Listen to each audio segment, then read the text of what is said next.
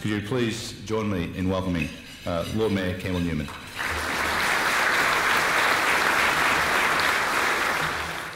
Thanks very much, Steve. Good morning, ladies and gentlemen. It's an absolute delight and pleasure to be back here again with the Property Council. And I just want to say that we really appreciate the great relationship we have with the PCA these days. I'm quite happy to say that we've, I think, got a regular program of meetings, breakfast meetings. We do that at least quarterly with the President, past President, members of the board and Steve.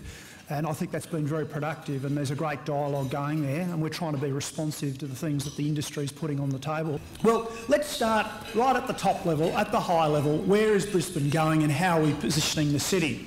Well, over the last 12 months, I think that Brisbane Marketing, the team there, in partnership with my economic development people and people like Councillor Jane Prentice, we've actually finally come up with something for the first time that in the time that I've been the mayor. I think it really sells Brisbane.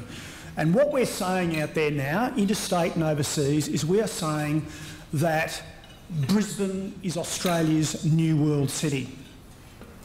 Australia's new world city. And what we're putting around that is, I think, an incredibly powerful brand that I think really sells where Brisbane's going today. The aspirations of this town, the way we think about ourselves, and particularly it's a bold statement about the future. The way that I say it to people, and I've just been to Korea and Taiwan, the way that I say it to overseas people is I say it like this. You've heard of Sydney and Melbourne. The last 50 years have particularly been their years, but I assure you, ladies and gentlemen, the next 50 years belong to Brisbane. The growth, of course, continues, and you all know the figures, but just again, to get us all on the same page this morning, currently a population of 2.8 million, 4.4 million projected by 2031, and those are increased sort of projections from the original regional plan that came out back in 2005, 2006. And so the job of the state government and every local government is to get real and to get on and deliver the dwellings and their supporting infrastructure to cater for that growth. And as you know, Brisbane has been given a target of 156,000 new dwellings in our existing urban area in terms of what we have to deliver by 2031, and 138,000 of those are infill.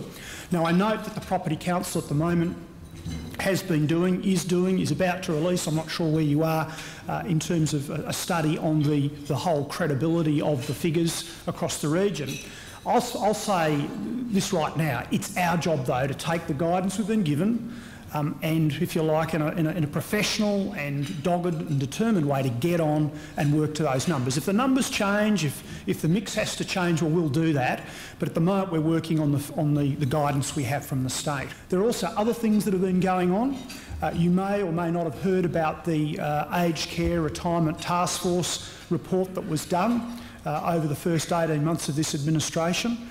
We had a group from the private sector, along with council officials, under the guidance of Councillor Adams, do this work to look at how we can provide better outcomes for nursing homes and retirement living across Brisbane. We're just about to go out to tender for contracts to deliver a range of new CityCat terminals, at least 2 and up to 5, and that's happening before the end of the term.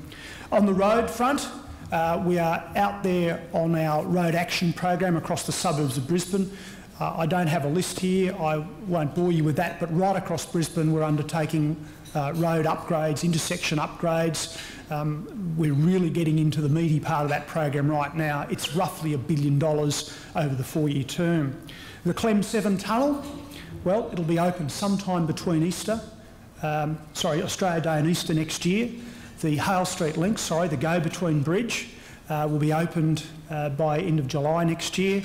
We'll also see the state government delivering Airport Link by 2012. And you touched on some of these, but I think it'd be worthwhile exploring from your point of view some of the challenges in delivering those targets. I mean, from you as a Lord Mayor of Australia's largest capital city, to be given those targets and then actually have to sit down and deliver those, over the next little while, to detail some of those challenges that you face. Well, there's an awful lot, obviously, in this study that you're referring to, and I guess I'm confident that we can find the locations for the 138,000. So if you like, we can create that redevelopment opportunity, and we can do it with the community, and we can do it in the main with community support. And that's really the biggest challenge as I see it from our perspective. You're referring then to a challenge which is, it's almost, is there a market for it, is really what you're saying. That's what I'm hearing is, you know, you're saying that that the plan is predicated on people buying more units than they have in the past, perhaps. That might well be a very valid point, but we will get on and we will deliver the plans so that those dwellings can be created. And they're not, of course, just in multi-storey buildings. They might be, in some areas, and like I was alluding to Sherwood before, there might be 5-storey buildings really. Nothing really dramatic about that. Balderstone, we've been in business here in Queensland, Brisbane, for over 80 years. We've actually built the oldest bridge across Brisbane, being the William Jolly, and just opened in the last week the newest bridge to cross Brisbane River, being the Kooropah Bridge. As part of Brisbane, we see ourselves in a role that helps build this city, adds to the social fabric, and contributes to how the city operates. In these times that we are in, it's actually quite interesting to see how we've performed over the last 80 years, knowing that there have been cycles and that there have been challenging times that we've always come out of.